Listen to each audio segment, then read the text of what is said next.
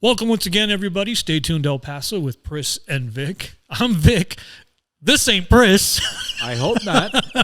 Priss is unavailable for us to be recording as we record here today. I'm Press. You're Press. Yeah. I love it.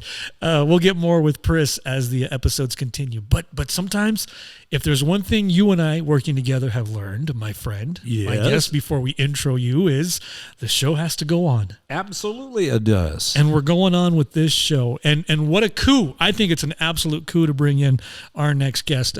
Part of the whole Stay Tuned El Paso idea is to showcase some of the legendary people in town, some of the people who are going to become legendary in town. And, of course, it all boils down to just my friends, having my friends. I was going to say, and you invited me anyway. Well, you're going to fall into one of the categories. I'm just not exactly sure where. You should recognize that voice. You probably recognize that face. Sarge Preston. Hey! Thanks for having me, buddy. All right. This feels like home. Can we? Doesn't it feel great? It does. Doesn't it feel a little bit different, but a little bit familiar? Exactly, and I really do appreciate the invite into it. I've been fascinated with podcasting.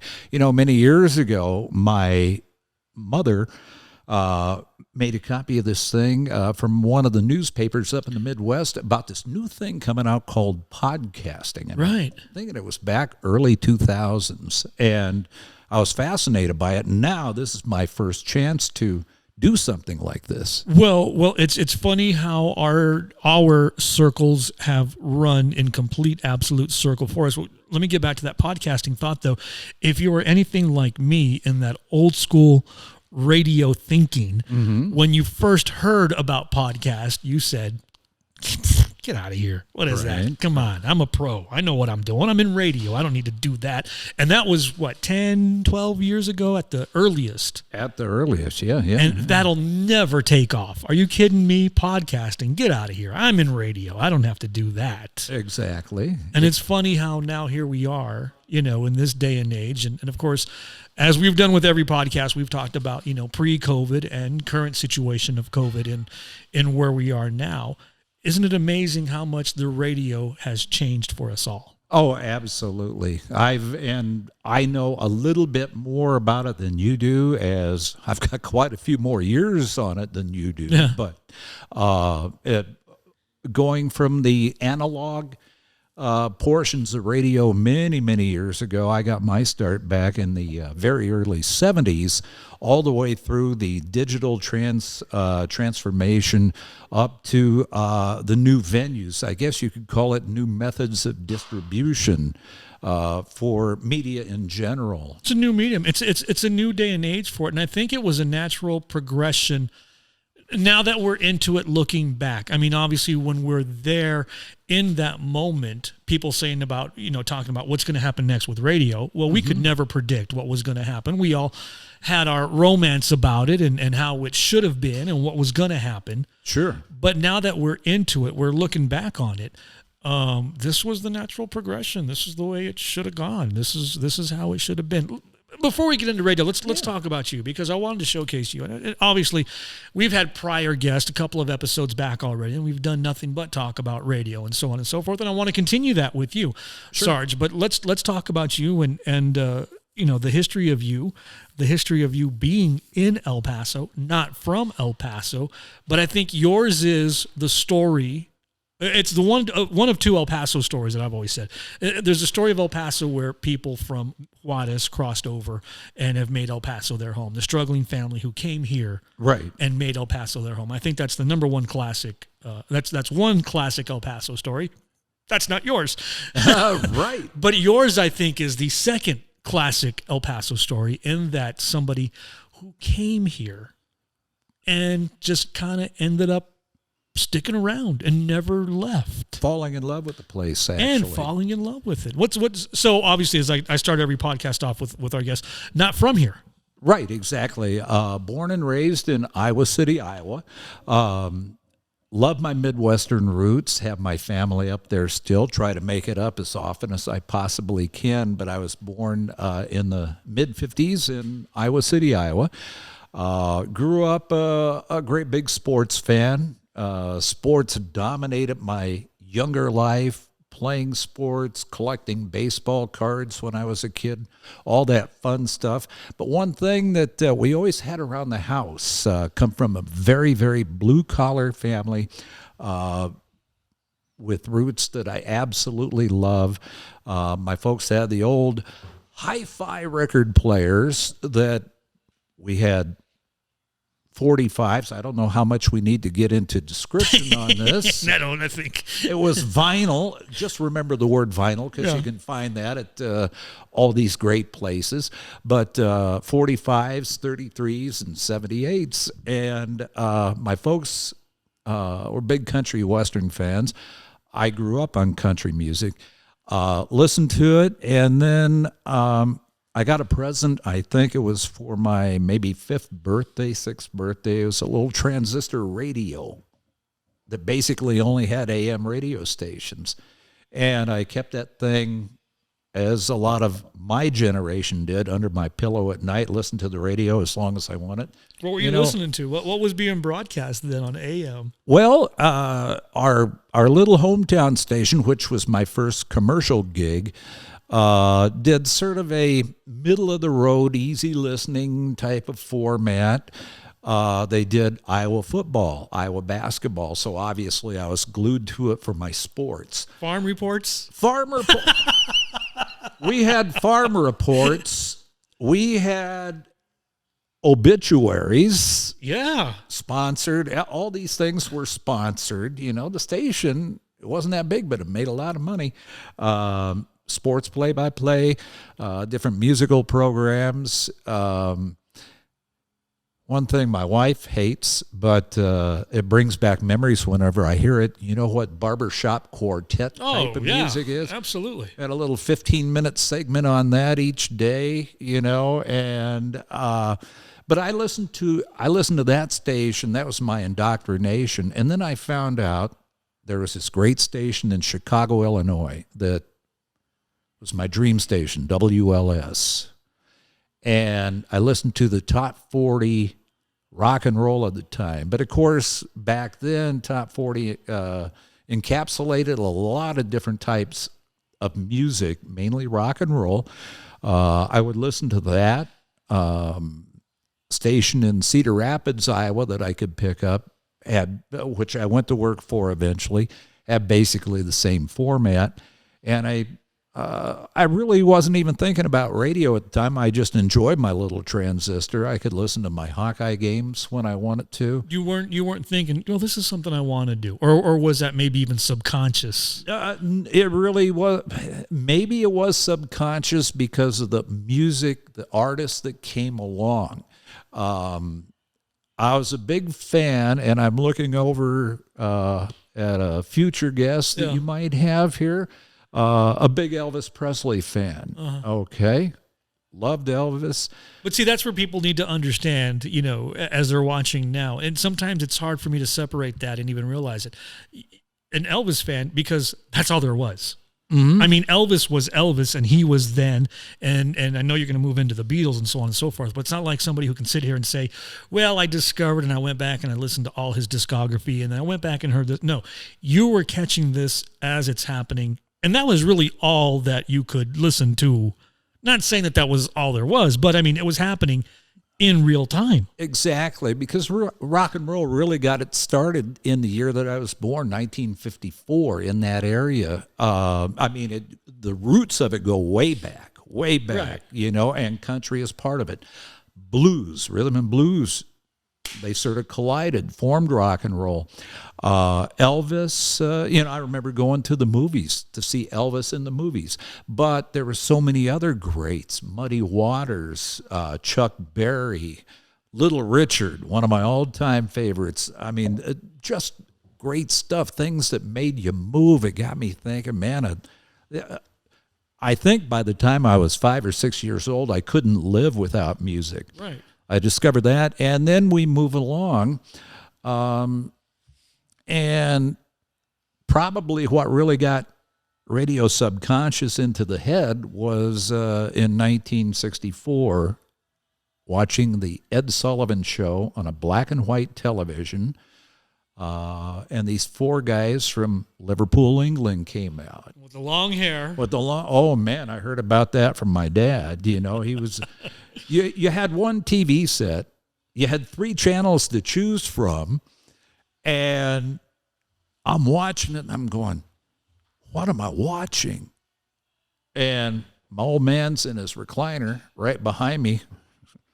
These guys could use a haircut, you know, but it was like, whoa, what's happening here? And then they're on a week later. Then Beatlemania came out. Sooner or later, Beatles trading cards came out. My grandparents, God bless them, took me down to a little place in Iowa City, Iowa called Campus Hi-Fi, which was our record store there. Right. And said, go ahead and, they always spoiled me. I was the oldest grandson. Said, go find something you want. Well, I went and found like 2 or 3 Beatles 45s, a Roger Miller 45, and I go back to them and said, can I get these? And they said, why are you getting those? Get the bigger one that has a lot more songs on it. So I said, okay. Well, just by quantity, if anything. Okay, I'll do that. And I think they were, albums back at the time were like $2.99. And so I went and got the first couple of Beatles albums, and I got that Roger Miller album I wanted, and a couple other things. And I was a happy camper. So music really set it off, you know. Just very intently in the music. What a great time, really, you know, music-wise, to grow up in again, because I'm saying you got to witness that as it happened in real time. You got to see, and our guest notwithstanding as well, but you got to see history change. Oh, absolutely. In music. And when history and music changed, life was changing. Life indeed did change, you know, because you saw from the, you know, back in the 50s, you look back at some of those old television shows from the 50s, you know, Father Knows Best, Leave It to Beaver, things like that. Oh, it wasn't such an innocent time. People yearn for the good old days. I've always said, you know, we play that game at home where, you know, if you could go back in time to any era, what era would you go back to? And I've always said post-war. Right. Mid-40s, early 50s, mid-50s. It wasn't the greatest time in our country, I understand. But to me, it seems like it would have been the most prosperous time, and it would have been the most rich time, literally and figuratively, especially in music, to see that mid-50s, early 60s Dick Van Dyke era where things are just on the bubble of something different's coming, something new is happening, and I'm 2 steps away from it. Exactly. And it worked out great for me, thankfully for my parents, because there was this thing called the post-war baby boom, right. And I was right in the middle of that. You know, so I got to experience so much of what you're talking about. And by the way, you brought up, you know, the very post-World War II things. There's some, I like all kinds of music. There's some incredible standards ballads, you know, from folks like Sinatra, and one guy going very strong. One guy that a lot of younger artists today, or current popular artists, like to record with, and that's Tony Bennett. Oh, sure. You know, the big band music. I love the big band music. Louis Prima, I can't, you know, a day doesn't go by without me singing some, you know, Angelina, the waitress at the... Yes, indeed. Louis Prima's doing, you know, and because it doesn't put me in the frame of mind of that 1950s, but it makes me wonder what it would have been like. Oh, absolutely. To be in those clubs, to be in Vegas, you know, me in Vegas, to be in Vegas right. at that time with the Standards, with Frank Sinatra, with Tony Bennett, with Dean Martin and the Rat Pack. But then again, it's right on that cusp of, this is your parents' music and you're liking this music, but there's something bubbling under that's coming. Exactly. And boy, is it going to hit you. And boy, rock and roll really, really did hit. And rock and roll, the beautiful thing about that, it's morphed so many times. We go from the, you know, I mentioned listening to the top 40 stations. That was basically the menu that you had Fortunately, there were several good ones that I could latch on to. And here I enjoyed listening to the disc jockeys. I never thought I was going to do that. But it moves along into the later 60s. And there's this thing called the Vietnam War. And there are so many artists that came out, so much. There was a breaking period right around 66 to 68, with the Beatles' Revolver album and going into the protest music, the psychedelic era. Then things really expanded, and that's where those albums came in real handy, because by that time I thought, well, I'm just collecting albums, right? Which I did, and collecting albums, not unlike today where people collect vinyl. Right, you were collecting albums. As yeah. a lifestyle. I mean, that was just, you did that. I'm going to buy this one. I'm going to buy that one. Yeah, exactly. Save the allowance when you were a kid, then you get out. And the folks always taught us, my brother and sister and me, a great work ethic. And so I was out working, actually, probably doing lawns for 50 cents, $1, right. Whatever.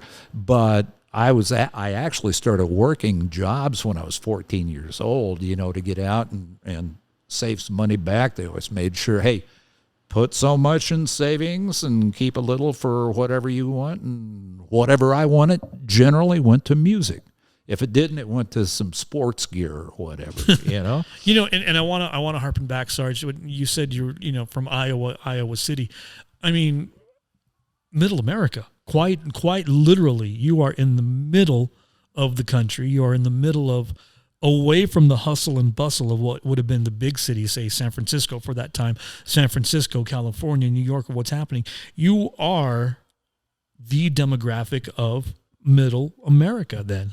Exactly, and it was a beautiful place to grow up because, during the population at that time was probably around 35,000, but then you would have another 35 to 50,000 students come in for the school year. And there was a lot of hustle and bustle. There was a lot of great cultural things going on. A lot of, but it did remain Midwest Americana. Yeah. So it was a.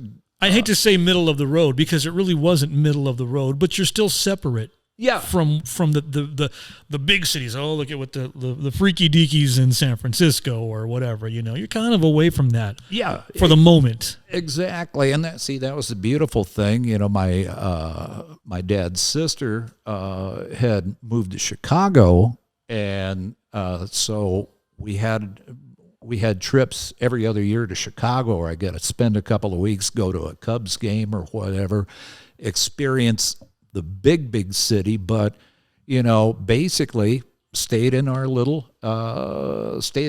town, and sort of to make a point on what you're talking about here. My brother, a lot of people don't realize about El Paso, how big of a town we are, not only geographically, but population-wise. And I had been here for several years, and my brother had made a comment to me one time about, you and your big city and all that, because he had come down several times and spent a week or so with us. He said, "Oh, you and your big city," and I told him, I said, El Paso, and the thing I love about El Paso the most is the biggest small town you'll ever live in. Absolutely, it has the values, it has the friendly people, it has the you can't beat the weather, you can't beat the food. And it's so and we made it home. I think I love and hate the fact at the same time that we are 4 hours away from anything. Right. In any direction, really, except for maybe, Mexico and Juarez. But the fact of the matter is, you travel 4 hours in any direction, and you still won't hit a major city. Albuquerque, maybe the closest. Phoenix, Tucson, that way. But we're still, again, separate. We're almost mid-America on a Hispanic level, on a closer to that side of it. On the border, yep. So when does the idea of actually working in radio start to hit you, or when does it sound like a sweet gig? Well, it started sounding like a sweet gig. Probably, I had a couple of paths carved out for myself. One was journalism. One was to basically be a sports writer. Okay, I always loved sports, all sports. The other thing was to be a teacher and a coach. Okay, because I had a chance to play several different sports. I loved that. So I'm thinking, that's probably what I'm going to do. My junior year, a guy that I grew up with, in a high school that is, a guy that I grew up with got into radio, okay, and invited me out to his little station. 500-watt station in the Midwest, It's signed off at sunset. It's because the sun goes down and you can't hear it. Yeah. Went out and saw him at it, and he and I grew up playing sports together since we were, a foot or two tall. The other thing happened, the first football game of my senior season at Iowa City High, go Hawks, I got a compound fracture on my right leg. So that sort of did my career in. And as far as football, not that I would have had one anyway, not this skinny guy, but anyway, I got thinking, I enjoyed that, and I wasn't mobile because it was my right leg. I couldn't drive. I was in a toe-to-hip cast, so my folks tried to keep us occupied and tried to find different things to do to keep me engaged, from going stir-crazy in the house. They had an open house on our radio station. Took me out there to it, and I'm hobbling along on my crutches, and it was like, okay, I know what I'm going to do. This is it. I saw the control board. I saw all the equipment. At that place, they had the transmitters out there. The towers were out. It was a big cornfield type of thing cut off. Sort of looked like Field of Dreams instead of a baseball diamond. It was a radio station. Wow. You had 3 or 4 big towers up. You had a big complex, really, when you get down to it. But the transmitter, everything was there. And I'm going to do that. And that was my senior year of high school, and went to a community college up the road a few months later. And they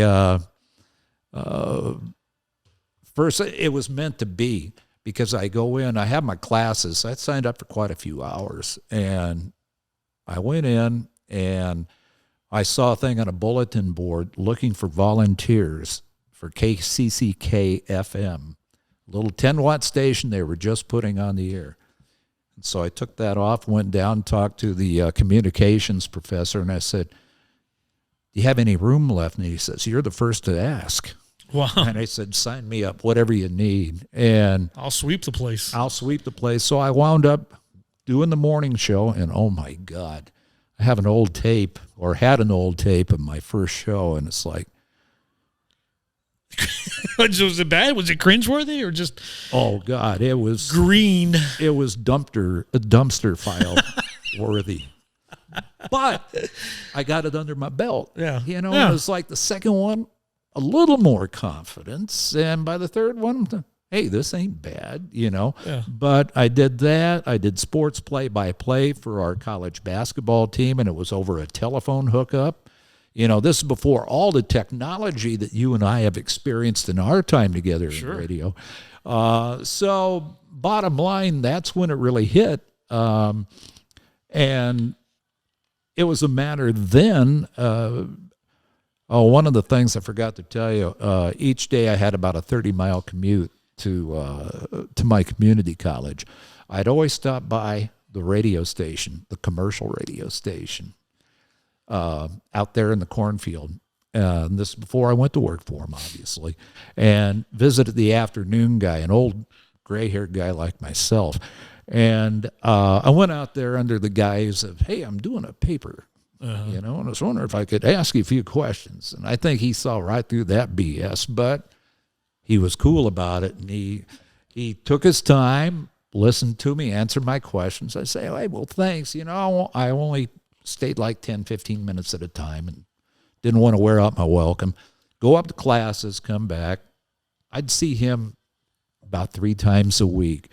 Back then, and this is something that probably didn't happen to you, you had to have a license to be on the radio. to operate a board. I had my, Did you have a little aside for me and Sarge only. Ron Haney has my license somewhere. Oh my goodness. Mr. Haney has my license sitting somewhere. Haney. Yeah, good old Ron has it. Yeah, well, I had to. Yeah, with the FCC license, little yellow card. Yeah, I got it sitting. It's somewhere. Yeah. Actually, when I took my test, it was more like a diploma type of thing. Really? Before they went to the yellow cards, and I had to take a 3-part test for that. So.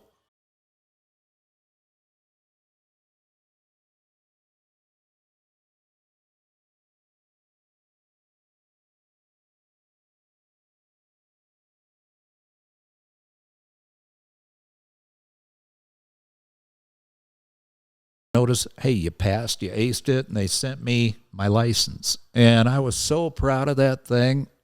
I stopped on the way home and saw that old gray-haired disc jockey and showed him. I just wanted to show him, hey, I got my license, and that was it. And he said, oh, very good. He says, last door on the right, down the hall, program director wants to see you. Wow. And I said, okay. And so I walked down there, and the guy's name was Bob Shellady, and I remember to this day, said, Mr. Shellady, Rick Hennessy told me that I should show you this. And he said, oh, good, you got it. We've been talking about you. Can you start work this Friday? Wow. And basically all I was doing, don't want to make it too glamorous or anything. What I was doing was 7 to midnight shift, but it was a beautiful music station, elevator music, that basically I was putting these big reel-to-reels on the automation system at the time, and once an hour recording weather forecast for it. But at least I have my foot in the door. And we've talked about, and Sarge, you and I have, well, number one, I'll be honest with you, full disclosure, growing up, listening to radio was something that I always wanted to do. I think I am one of the few people who can say, maybe in this city, I'm sure others have said it, but in this city, that's what I want to do, and I did it. I said, I'm going to be a DJ, and I did. I remember listening to, and I'll throw names at you, and I know you're going to know the names, but growing up listening to Kent 98. Sure. Listening to the Jim Zippos of the time when Zippo was on the air and doing all these. And I knew as a kid, that's what I want to do, and that's what I ended up doing. You were one of those voices that maybe I didn't recognize the name and put it together, and it wasn't in that station that I was listening to at the time, but I knew, okay, Sarge Preston, I know that guy. Okay, Bob Whitehead. Okay, I know Bob. I know Bob. Sure, Cat Simon. All these great. I knew these names, and I knew at some point it was something that I wanted to do. So, not to say a hero, but growing up in those times, you were one of the ones that I said, okay, that's what I want to do. This guy's doing it. He's here locally. This is El Paso. That's what I'm going to do as well. Oh, that's awesome, man. And so to be able to, and I don't know if I'm sure I've had, but I don't know if I've ever admitted that to you before, but in my time of being in radio, becoming a DJ, because I always had all my, and even to this day, my friends tell me, I knew you were, you said you wanted to be, and I knew you were going to be, type of thing. That's cool, man. And to know that, to have a chance to work with you and to work with all of those, like we've mentioned in previous podcasts before, the Courtney Nelsons, who's no longer with us, the Big Owls, the big names of those eras. Sometimes you forget, those are my friends. Those are the people I was hanging with. And even to a certain extent, when we were in the same building over at Entrevision, the Aldo Acostas, who are on TV now. Oh, the Hector Arut, you forget that. Yeah. These are my buddies. Oh, yeah, they're on TV. Right. I get to work with these guys, and we see each other and goof in the hallway and slug each other on the arm as you walk by. But these are the people that we worked with in our circle. And it's just so... Even now, and now more so, full disclosure, being out of it. Right. We're not in it anymore.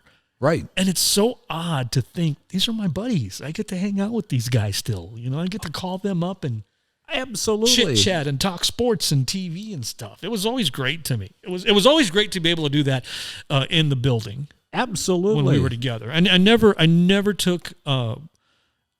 let that fact go away. Right. And I never took it for granted. And even now more so that we aren't. Right. It was just so great. Oh, absolutely. And, the thing is that, we have a vehicle to get out there and communicate with the masses of El Paso. Yeah. You and me in radio, Aldo and Hector and the crew in television. By the same token, it's so much like people have asked me many times over the years about recording artists. They think that, you met so-and-so. What are they like? They're great people. They're wonderful people. That's just what they happen to do for a living. Or the flip side of it, well, he kind of is an asshole. I didn't like him either way, too, but, we had to hang out with him, so I guess he was all right. There's been a couple of those, I'm in our business, there's been a couple of those over the years, but, So let's flash forward then. Here you have your radio license. You've got your gig. You bounced around a couple of stations like most of us did in the past.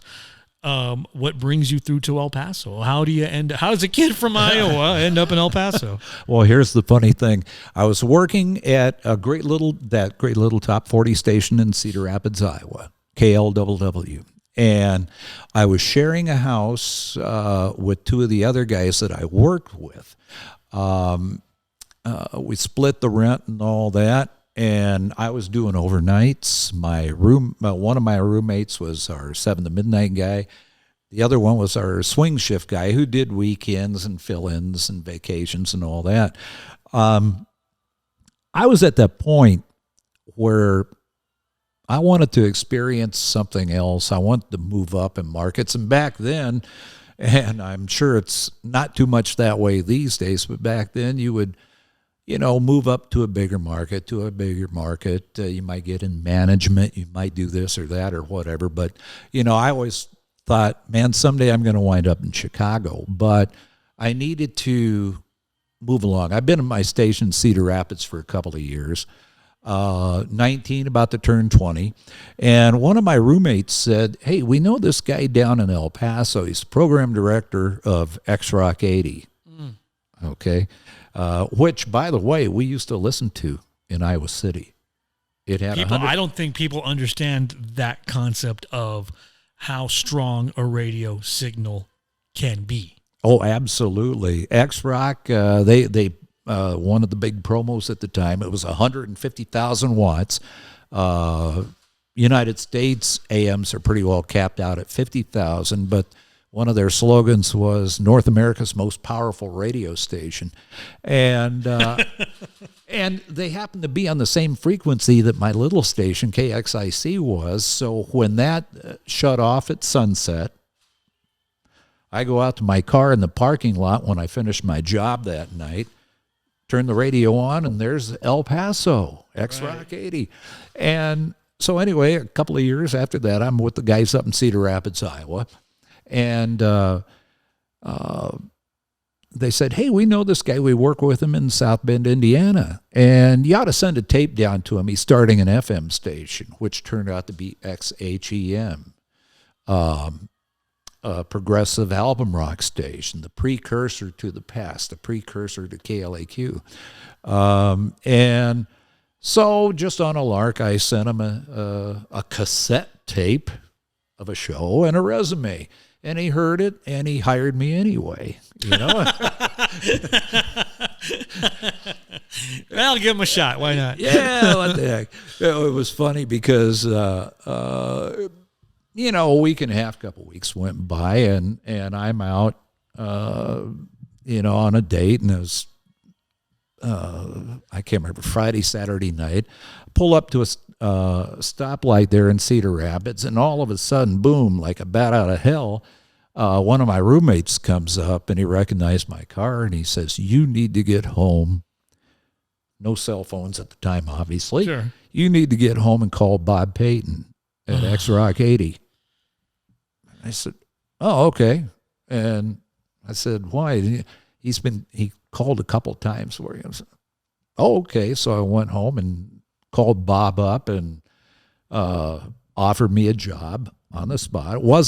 It it wasn't a whole lot more money than I was making there, but it was a move up, right. And I thought, okay. Sometimes it was that prestige, that notoriety of, oh yeah, I'm moving up in life. I'm getting something better now, even though it was kind of, it was still a promotion. Oh, absolutely. And so I did all the reading about El Paso that I could. And, of course, I had listened to X-Rock, but I picked his brain on the city and what he was planning on doing with the FM. And it was October 1975 that I moved down here.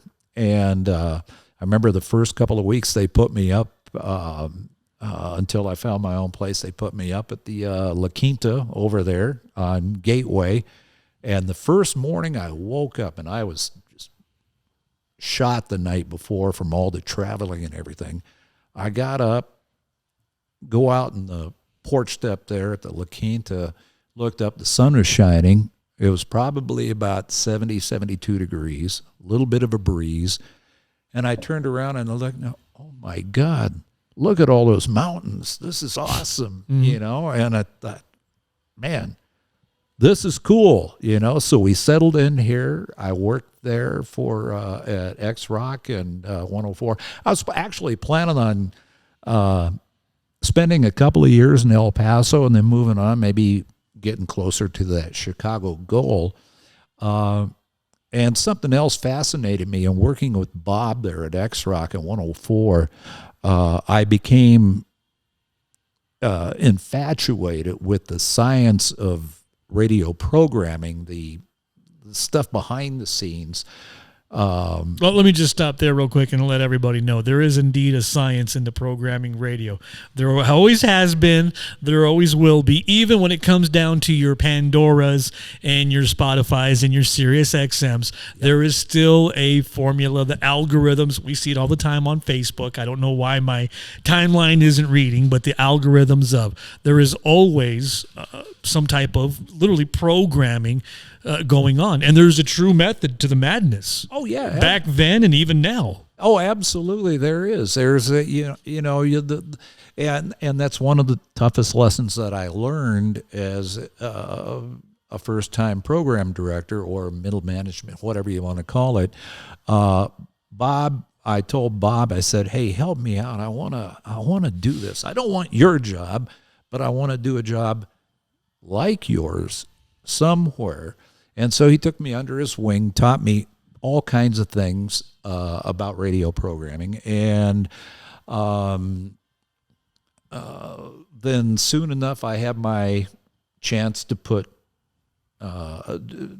leave and do my own thing, which happened to be here in El Paso, which I was thankful for. And that was FM 94. It became the Past, the album rocker, progressive rocker. And had a blast doing that, and still had those thoughts about, well, another year or so, we'll move on. And by then, I'm getting more and more entrenched in El Paso. And I did have the opportunities, as a matter of fact, an opportunity in Chicago, my dream market. But there were certain things that just weren't right at the time. I knew a lot about the city because I spent a lot of time there. And, there's a lot of things. If you're making a move of that magnitude, they'd be moving 1,250 miles back up to the Midwest. You want to make sure everything is right, and there were some things that I just didn't feel were right. So, I continued with the programming and being on air, which to me still is the programming part, sort of like a coach, if you will.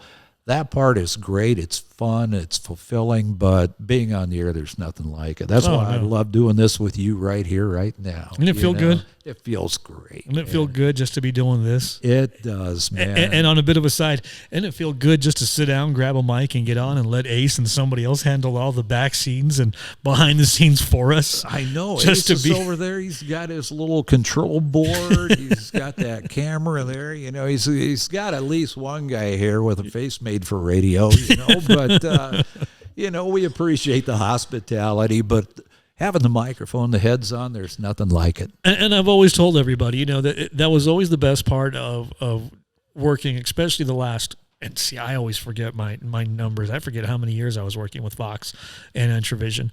But those last few years when it was the meat of just us being there. Yeah. And I got to do production. And people would say, oh, so you do drive time. You're on the air from 3 to 7. And then, so what do you do when the rest of your day before you go to work? And No, I'm here, sure I work at 3, but I'm here 11 o'clock, 12 o'clock. My hours they've just shifted. I have the full hours of.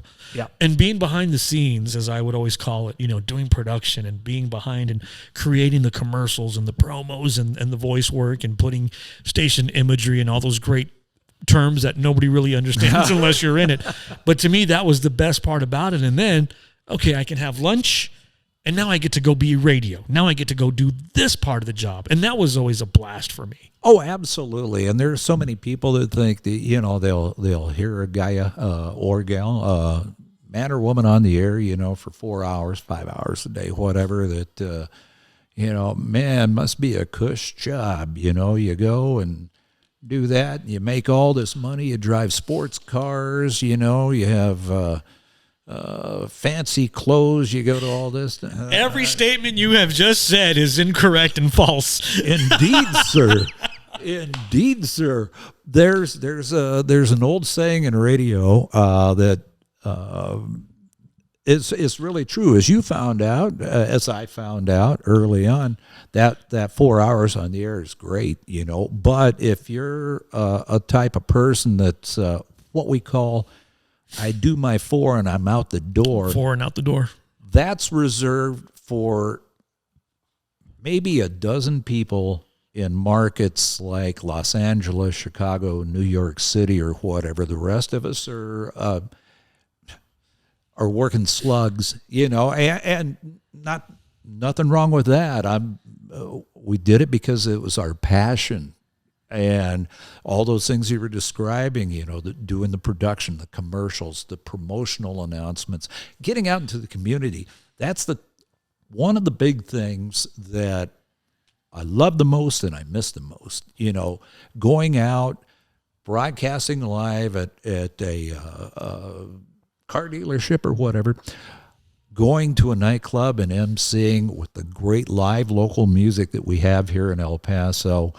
As a matter of fact, I don't know how soon a guest of yours, this guy that I see in the room here, is coming up on your podcast. But one of my favorite events ever was working with Elvis impersonator extraordinaire, Mr. Bud Sanders. Mm-hmm. Back probably around 1981, I'm thinking, something like that. Bud, you were alive back then? Young fella? You were doing it then?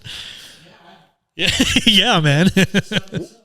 We were doing it at this club over in the west side of town.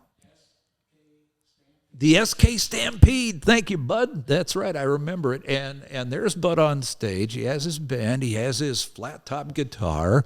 And, he is all decked out in this jumpsuit and everything. And of course, KROD. I was programming KROD. Sure. And we were oldies. And it was our first big promotion that we did. And the place was packed. And Bud, I noticed on stage, he had this cardboard box. And I got up, I introduced him, we mentioned some stuff about the radio station, introduced him. He came out and started doing his thing. Got the audience warmed up with some great Elvis tunes. And said, why is that box on the stage? Well, it turns out that they were like handkerchiefs. And he was pulling something out of Elvis's act. And women were coming up to Bud. And Bud was putting these handkerchiefs, rolling them up, putting them around their neck, pulling them up, and giving them a kiss. And that was Elvis Presley in the building. Yeah. Yeah. Women were going wild. And I thought to myself, man, I'm in the wrong business. man, the next day you ran out and bought a box of Kleenex. But yeah, right. I thought, well, no, my wife would kill me for that. But you know, we were there. She was there watching it, and I told her, I said, "Can you believe that?" And I mean, Bud was just an incredible act, schmoozing the crowd, had everybody eating out of his palm. If we, and I want to go back to, if you didn't catch the previous episode of Stay Tuned El Paso, I'm assuming as they're going to be laid out and as we've recorded them, we talked to our dear friend Victor Apodaca. Yeah, I don't know either, right? Yeah. We'll see how it works out, or if it's going to be the next episode, I don't know. But as we talked to Victor with a K? No, with a V. With a V, that's right. If you go back and watch the previous episode, we talk about that was the fun side of the business. You know, it is show business, and that was something that was drilled into my head very quickly in my radio career. It's show business. Oh, absolutely. But there's still a business side to the show, and I think a lot of people forget that, you know, to put on these events, even a small event, even a little event that we did on a weekly basis where we'd be out at a club just hosting a local band, not even a big event, but a party on the patio, as we called them a few years ago. It still was business. Things had to get done in order for those events to occur. And even on a grandeur scale of you know, we talked about Sarge, and I can agree with you. I'm not trying to pat myself on the back, but sometimes I forget on what stages I have stood on. Exactly. And who I've introduced and what bands I've hung out with and made friends with and the people. And that's not the part that I miss. Oh, it was fun. It was great being on, and there's all kinds of photographs of me, and I use them for my Facebook profiles. But that was great, and that was fun, and that was magical, and being with Bud and other people as well. That was part helping create that magic. That was great for me. But the part I think we missed the most is being in the crowd. Oh yeah, being with the people. Absolutely. And I don't mean it being with the people, but I mean being out on the remotes and having somebody come up to you and swear they know you because they've heard you since you were on that other station and you were doing that. And that's the part that I'm mentioning that as we slowly start to wrap up here listening to Stay Tuned El Paso with Priss and Vic. Our guest this afternoon is Sarge Preston, radio legend from many radio stations. We've glazed over a lot of your radio career. Right. You've been through a lot of the radio stations here in town at one point or another, be it on the air, be it programming, hell, even being in sales at some point. Right. Because we really all are in sales. We're selling ourselves and we're selling the station. But as we've sort of alluded to and we haven't actually verbally said it, both Sarge and I no longer in the industry. Right. Due to COVID, due to changes in the corporations. And I guess part of what we've talked about it before is buddies on a Tuesday afternoon on the phone. But we've talked about how much the industry has changed and how it has affected as many people in our industry as it has. We've lost people in our building. We lost people, I say our building at Entravision, our parent company, Fox. We lost people corporate-wide. So I guess my question, or my feeling that I'm emoting to you is, did you see any of this coming? Do you think this is the way, you know, we talked about at the beginning, podcasting and digital? In other words, you're not, if you're anything like me, you're not the bitter ex-radio person anymore because of the industry. No. First of all, God bless me with a great career. Okay, first of all, but I want to, before I answer that totally, I just want to say that you brought up COVID-19. More than anything, my thoughts, my prayers are with people who have experienced this dreaded pandemic, people who have lost people. I know that you and I have lost several friends due to it. Yeah. Mutual friends. So, tell you the truth, me being out of a job, you being out of a job, something that we love, that's nothing compared to what a lot of people went through. But with that being said, and again, our thoughts and prayers, and I know that goes for you too, Victor, are with our community, with people nationwide. But I think I think the real thing is I never saw it coming. B, I see things happening more and more.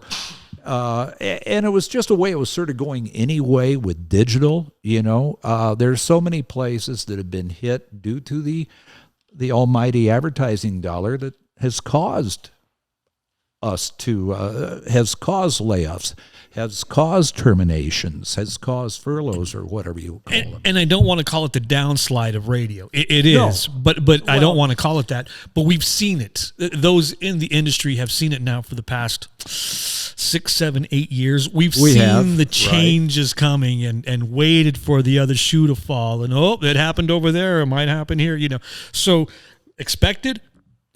Maybe. Maybe, but I'll tell you what, I'm everybody that knows me, I'm the eternal optimist. I see things like this with the podcasting. I see things with the digital media. I think the thing most of all that made radio great is the localism, is the people communicating, with each other, the events going on, stuff like that. Now, you're always going to have that. You're always going to have that to a certain degree, okay? But you haven't had it lately, as hopefully you will in the future. I can see some things happening. Maybe it's going to be up to you and me to start some of those things, to where people are more engaged, people are getting more local information. You brought up the, my career, and that I've done just about every format, I've been in country radio, rock, middle of the road, easy listening, everything. I think with our digital experience, I think people just need to keep an open frame of mind, as to what can come about. I'll say this, internet radio. I'll say this, podcasting, obviously. There's some other things in development that, all I can do really is say stay tuned, I like that name. Stay tuned. I like that name too. I wonder why. But, I think basically really is that you and I have been through it. It was a shock. It was a shock to be on the outside, but it was a shock to watch it happen in slow motion because a lot of my memories, most recent memories of being in radio, obviously, and I mean this with all the love and respect that I can give to you, but I loved our conversations at lunch. When we'd take a quick little lunch break, and before I get on the air, Sarge, I'm going to grab something you want. Yeah, let's sit down and have a lunch. And of my most recent memories is of you and me sitting in that little break room. And Ace, you know exactly where we're talking about. You've been in that break room once or twice, sitting in that break room saying, well, what do you think is going to happen next? As in middle of February, middle of March, when we really didn't know what was going to happen. And I say to you now what I told you back then.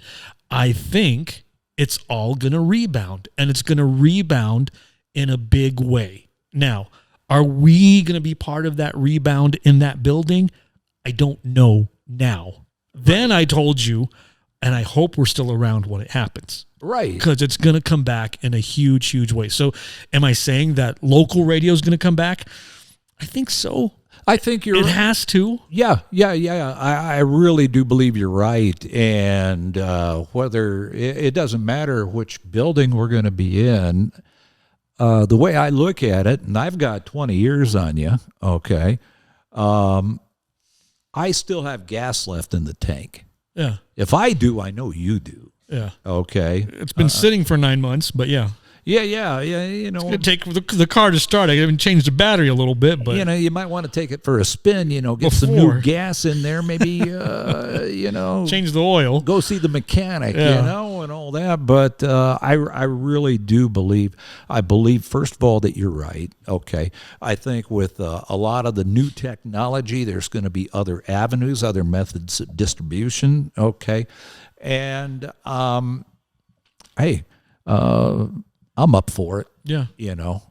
I got a lot of it's like Mom and I miles left on me. It's like Mom and I have said,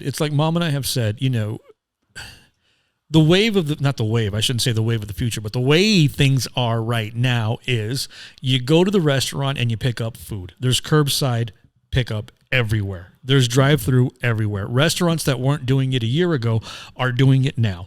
Right. That will never go away. We're not going to get rid of that ever again. Right. But going in and dining and having a lunch and a dinner with the family, that 100% capacity will come back. However, beautiful analogy. Yep. And the curbside is also another thing that's going to happen as well. So I think, if I can stretch this analogy anymore, radio will come back. Oh yeah. The digital, the podcasting, the internet, the that's going to be there as well. But I have to believe, Sergeant, something that maybe you've instilled in me working as many years as we did. The local has to come back. Absolutely. I couldn't agree more. And forget COVID. Yeah. At some point, when we look at these huge mega corporation monopoly, one ownership of 1 billion radio stations, 1,000 radio stations, somebody at some point is going to say, you know what? Yep. We're missing it. We're missing the heart of the romance of why I fell in love with radio, just to be out there with the community, to be out there with the family, the friends, the guys who are friends now with me, who've got my numbers, that I met because we saw them every time at a remote. Jesus Christ, we might as well be friends. Absolutely. And, you're absolutely right. And, we mentioned Bud Sanders earlier, but one thing that you and I have known for years and years and years is what a fantastic local music community we have. Our talent pool, just talent in El Paso. Oh, for all genres of music, everything from soup to nuts, we've got it. I feel for these guys and gals who have they really haven't had a venue, lately. Things are going to come back. They are going to be performing again. I know my good buddy J.T. Anderson, our mutual friend, has done, plays as a solo artist. He plays as within a group context. Everything just sort of came down. We've worked with so many wonderful groups over the years. Many of them are keeping busy doing different things, and if they're local, chances are quite often they're working another job anyway. But sure. Some of them are working on some things that can be done on social media. A Mac Band Christmas special, which, by the way, I did a little emceeing. Hey, okay, all right, I like it. It was a new experience for me. I can dig it. I was honored to be part of it. But I mean, and that's not to say that we want to see those big stars coming to El Paso, the national groups. I mean, dear friends of ours, personal friends, Trans-Siberian Orchestra, sure, is doing a thing as we record this today. Their event, I believe, is tonight. And they made it. It's a streaming thing. Charging $30 for it. They got the orchestra together in one venue. They're socially distancing, doing all the proper protocols and procedures, but still putting on a concert for people. And I'm real sure that, like TSO always does, is that they're going to, some of the money that you contribute $1 or $2 goes for charity as well. But they, we're not going to, let's put it this way. I guess where I'm going with all this, we shall overcome this stuff. Yeah, and soon. I imagine it would be soon. I hope it would be sooner. And when it does, it's going to come back in a big, like I said, the ball's got to bounce. It's like the Super Bowl. As much as you throw it down, it's going to bounce up even double, triple of where it was at to begin with. So, and I can't wait to hear you back on the air. I know you hear it 1,000 times from friends, and you see it on Facebook and social media and stuff, but the voice is missed. It's that great legendary voice. In fact, I laugh because as soon as Jennifer, our intern, heard that voice, she knew right away who you were. And I know you, wait, hold on now. I'm going to get it. I love her, man. She's the best. Right. She's the best. But I mean, that voice needs to be literally that voice needs to be heard more and more again. I can't wait for you to be out there somehow, some way. Well, you know, sharing that voice. I thank you very much for the kind words, and I say this not because you said it, but I say this to you too, the same thing. We had a blast. We have nothing to be ashamed of what we did. We have everything to be proud of what we did. The work that we did together. I can't wait to see you back on the air because you're in the same situation. I mean, you know, like I mentioned earlier, we have 20 years between us, but there's a connection about the romance of radio, about what we do and how it should be done, and what our I don't even know the word I'm looking for, what our motivation is. Bottom line is that we do need to be doing it again. You do, I do, and we will. And I'm sort of planning on it, us being together doing it. I think so.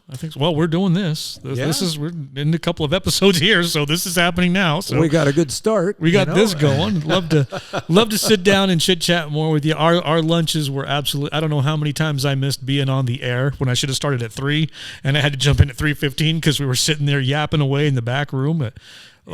Quoting MASH, quoting Goodfellas, quoting Tombstone, and pulling in other of our radio friends into it as well, who didn't even know they were a part of the conversation. Oh, yeah.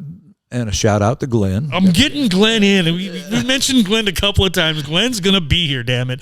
I swear to God, Glenn will be the next radio guy that we get in. Sarge, it's always a pleasure. I was starting to say that we can sit and talk for hours and hours and hours, and every conversation is fulfilling and enriching. It's never been a boring conversation with you. Absolutely, and vice versa, my friend.